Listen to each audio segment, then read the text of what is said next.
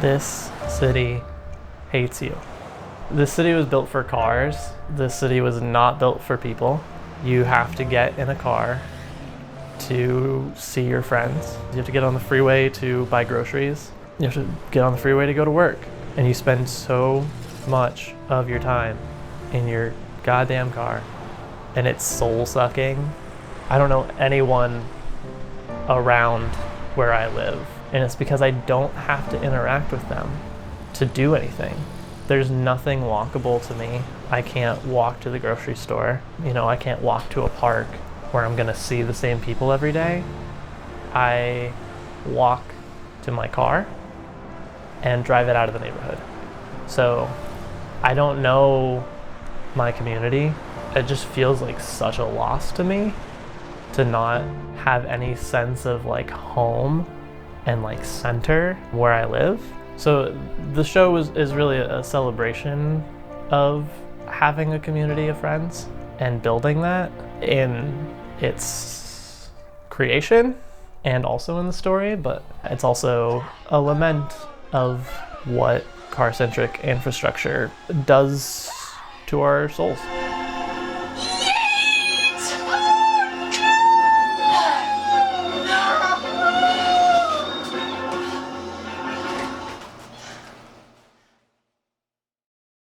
I'm Autumn Scott.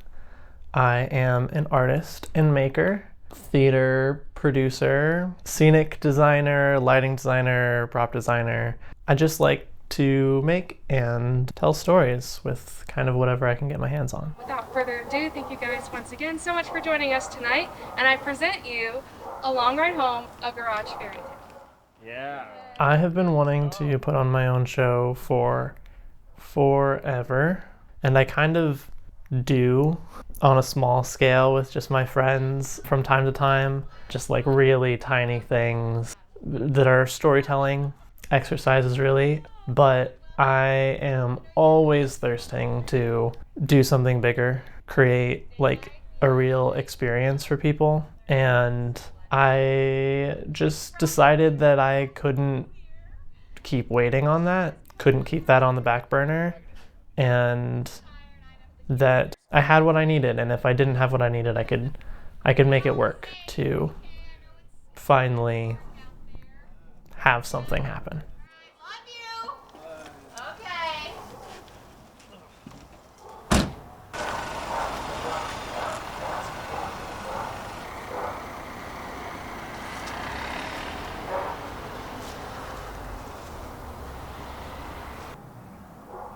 For this show, it started out with me thinking about what I had at my disposal, which the number one thing I had was this garage, which was this amazing space that me and my friends create in all the time. It's where we do our art, and it seemed like another tool in our toolbox. So started thinking about the garage and what kind of story I could tell inside of it and where that could bring my audience, bring the actors.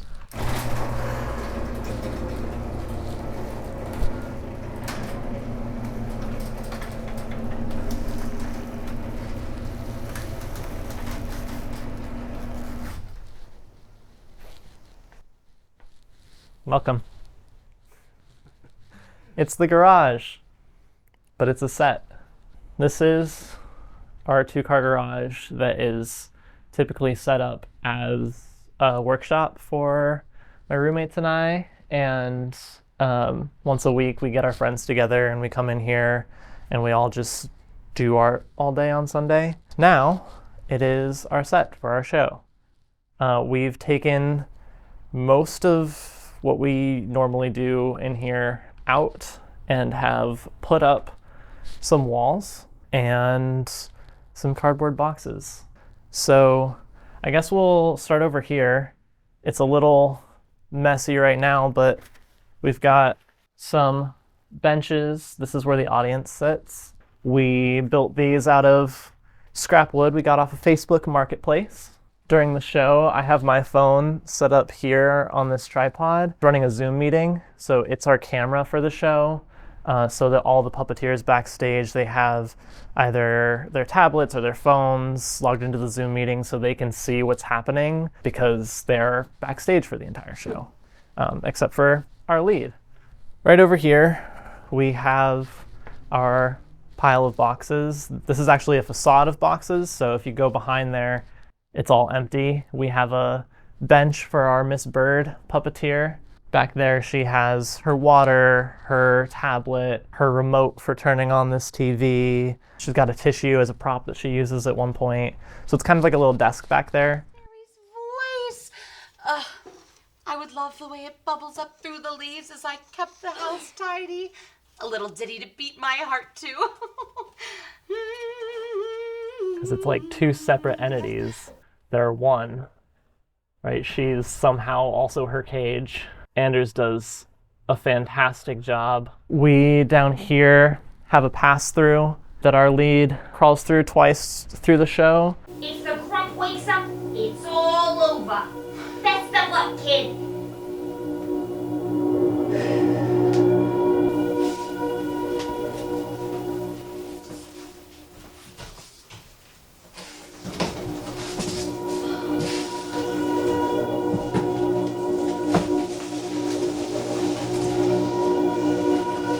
And it leads back. There's a hole in that wall back there, so it leads backstage. And then we've got our Grump up here. Grump is probably my favorite puppet. Our puppeteer spends the entire time up in the loft behind him. So I'm pretty sure when Grim is controlling the Grump, he's sitting like this, cross-legged, getting his foot to fall asleep. I'm getting out of this place, with or without that damn radio flyer. And how are you planning on doing that, Bettina? Relying on a historically fragile sense of hope that the winds will ferry you safely to your intended destination instead of killing you instantly? I, for one, will not abet your suicide attempt. I won't do it. It's got a glove here for the hand. And then it's just like your typical mouth plate for a puppet with some servos in the eyes so they can open. Mr. Grump? No, who's there? Oh, it's you. Wait, Mr. Grump. Grump! No. I have nothing to say to you. Shoot! I want to trade offerings. I heard you the first time. No! Why not? You don't even know what mine is. I don't care what yours is, child. I am perfectly content in my own. Well, what is yours? Wouldn't you like to know? You little weasel. What is your problem? My problem, child, is you! Is he always like that?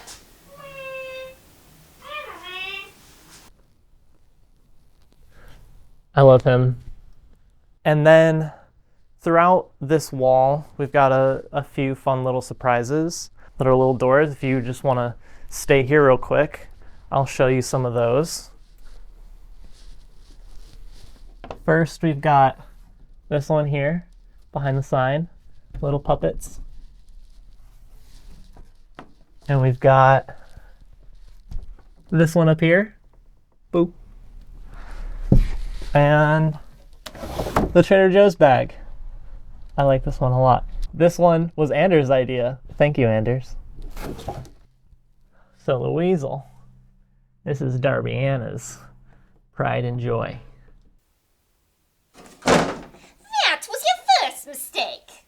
Sorry, kid. A deal's a deal. I told you how to get in. Never said it would be easy.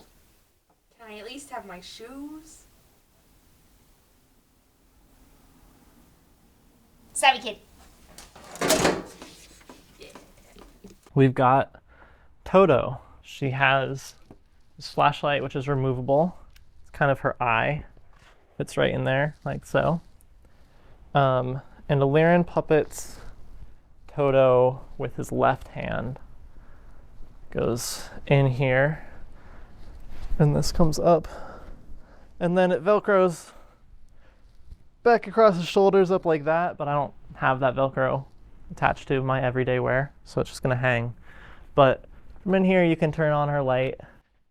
She is like she's a shoulder puppet, And Aliran's outfit has a fake arm and a sling so that it looks like he has two arms, and this girl here is just riding on his shoulders. And we have her voice coming from backstage. That's Brandis back there. Oh, would you look at that? Weasel, were you not going to wake us up? Everyone deserves a fair chance, you know. I was just doing some reorganizing. You know the way.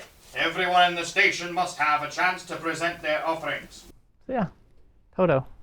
That's all the main cast of puppets. We've got a few extras. These ones we didn't make, but they still are very near and dear to us. He's viciously murdered by the Grump. All part of the job. Tap. And his big brother, Tip.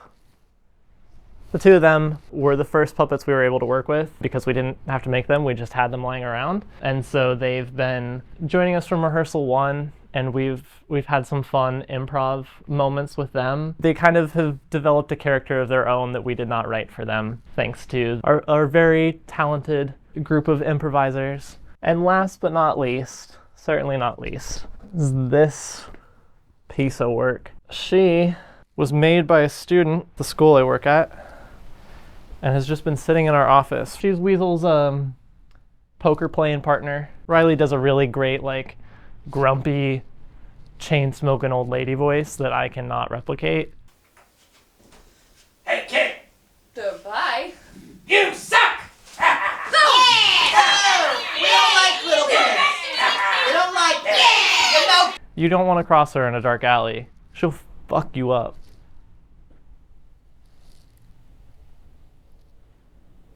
That's the puppets, though. Besides Franken Puppet, but I'm not going to spoil anything for you. You got to see him in the show. That leads us backstage. Back down here, we've got where most of our puppeteers are living throughout the show. They've got their different doors. So this is that sign one here. The shelf door is here. The Trader Joe's bag is a slide there. And we've got our bags of puffballs, which are very important, hung up all around. There are a couple times where people have to crawl through back down here. All our puppets back here ready to go. Safety. We've got this light here. This is our portal light for when this door opens. I think this is probably the most important part of the set for me, is this lovely little embroidery that my mom made me. It's the motto, maker's gonna make. Then the loft.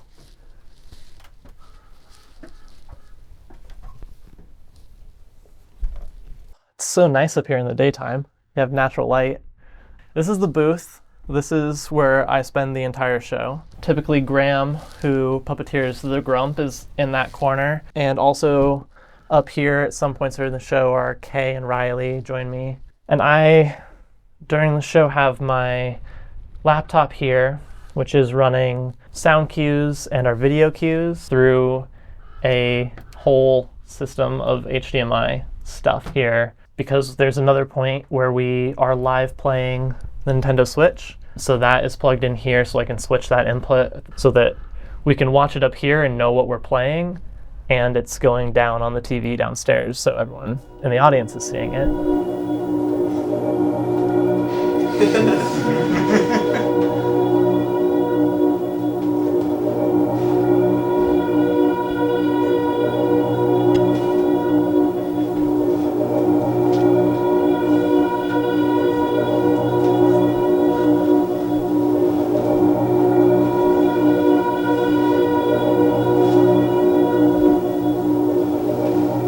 And then we've got my light board here, which is just a bunch of dimmer switches, like dimmer outlets that you can get any home improvement store, which allow me to dim each of our lights individually. So it's a little makeshift light board. The lights are all Source 4 minis, so it's just your standard Source 4 conventional light, which is a lot of what we use in theater, but just made really small. Got a Bose speaker here that is all of our sound. It's more powerful than I thought it would be. Here we've got the rigging for the sword that I have to pull down at one point, and by rigging, I mean yarn and pulleys.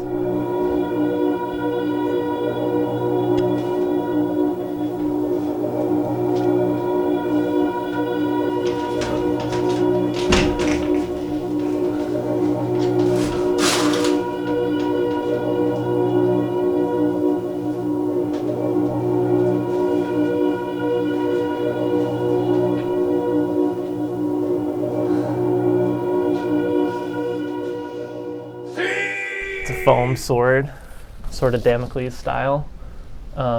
Goes out there and I just yank it down. Our safety, just in case. But yeah, that's the booth and pretty much the whole set.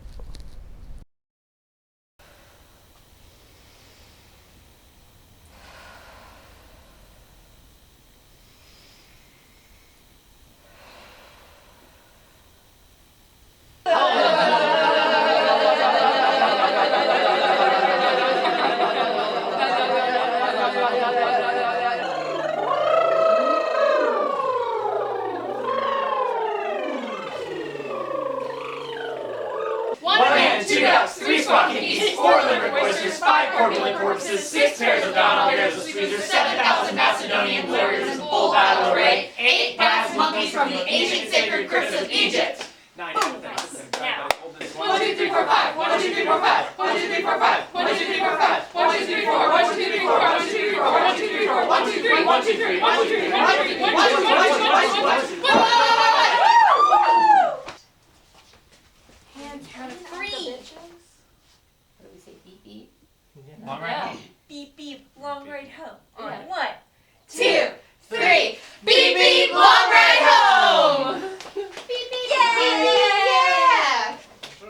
I'm Darbiana Dinsmore. I am the co-creator for Long Ride Home, and also I play the Weasel character.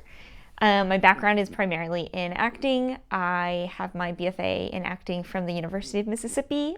I've been out in LA for like almost 6 years now, and I've done mainly theater, so that's kind of my jam. So Autumn had reached out to me. We've spoken many times about just wanting to create and just do different things and just actually do it, because I think, especially being in somewhere where primarily the film industry, it's so hard to get to a point where you're actually doing the art.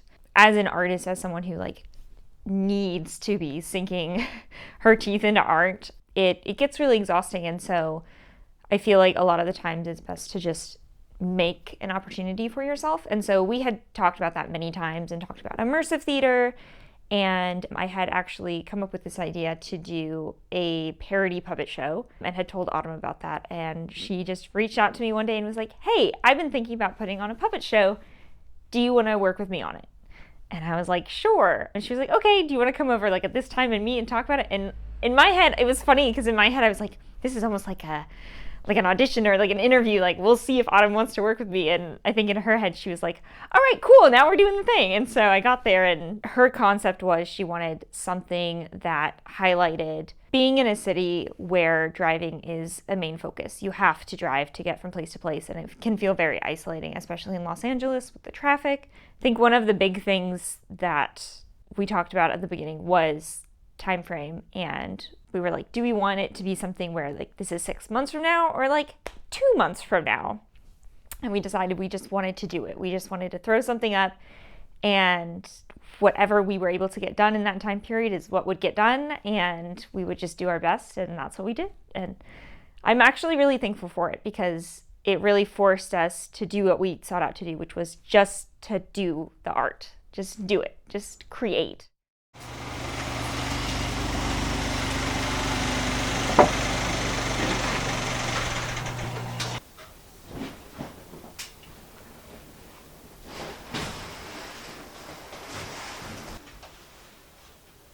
Mom?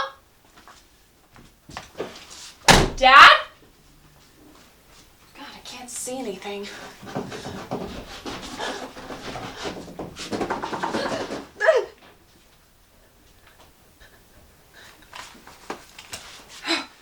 Don't open that door!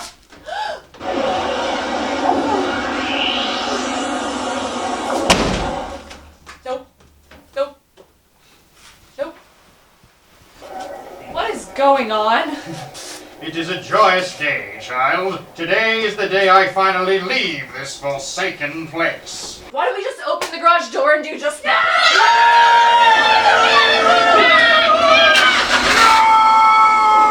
It hasn't chosen anyone yet! The lights are on! The lights are on! Oh, please! No! Oh, God, no! Oh, no! Oh,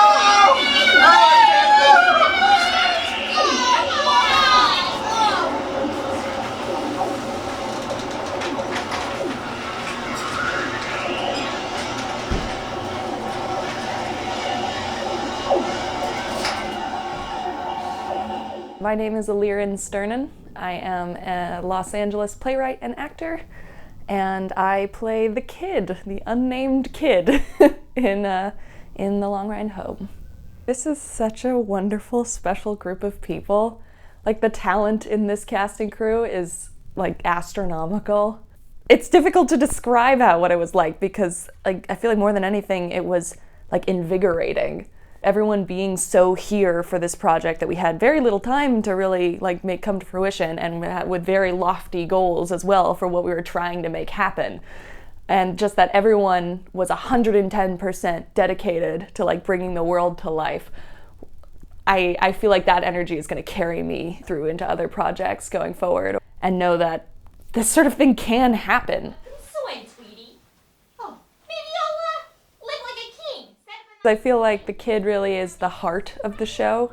You know, he's the one who's reacting to everything going on. He's the one who creates a sense of realism in that interaction. So I felt definitely both very excited and also very intimidated.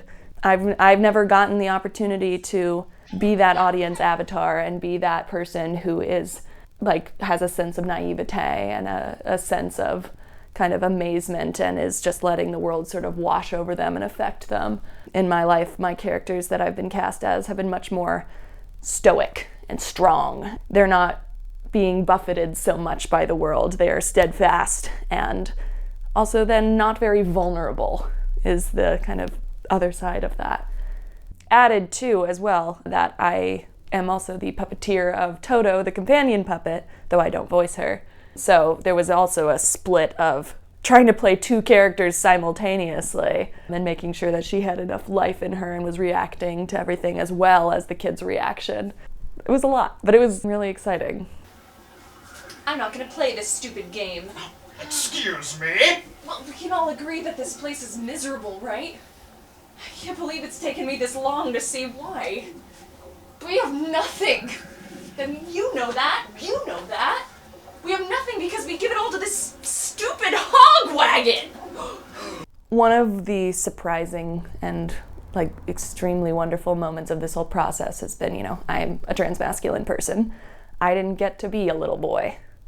And I have, for a long time in my own performance history, felt like I didn't really know where I fit. For such a long time, I had wanted to be able to play a character who had a sense of innocence about them, had a sense of wonder, though I always felt sort of excluded from those roles, even prior to me transitioning, because, there's a very certain standard that women who play ingenues are meant to uphold, and I didn't fit that standard.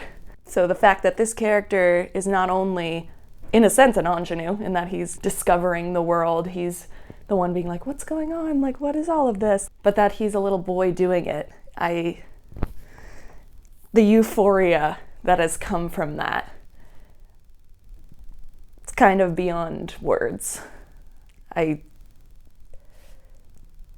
honestly almost emotional, really getting in touch with that.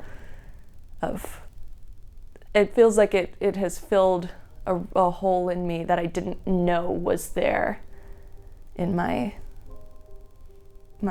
quest to be seen as both a performer and also as a person. The smart car! It's back!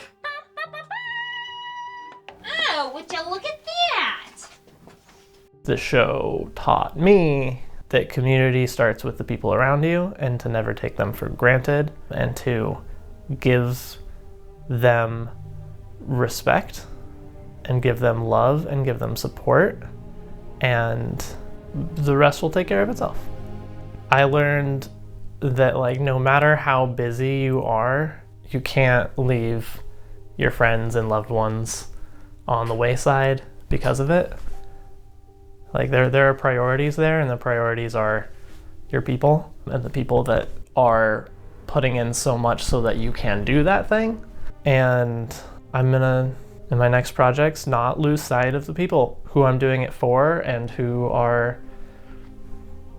making it possible for me. Thanks for watching. Thanks for supporting. Look out for what comes next, I guess.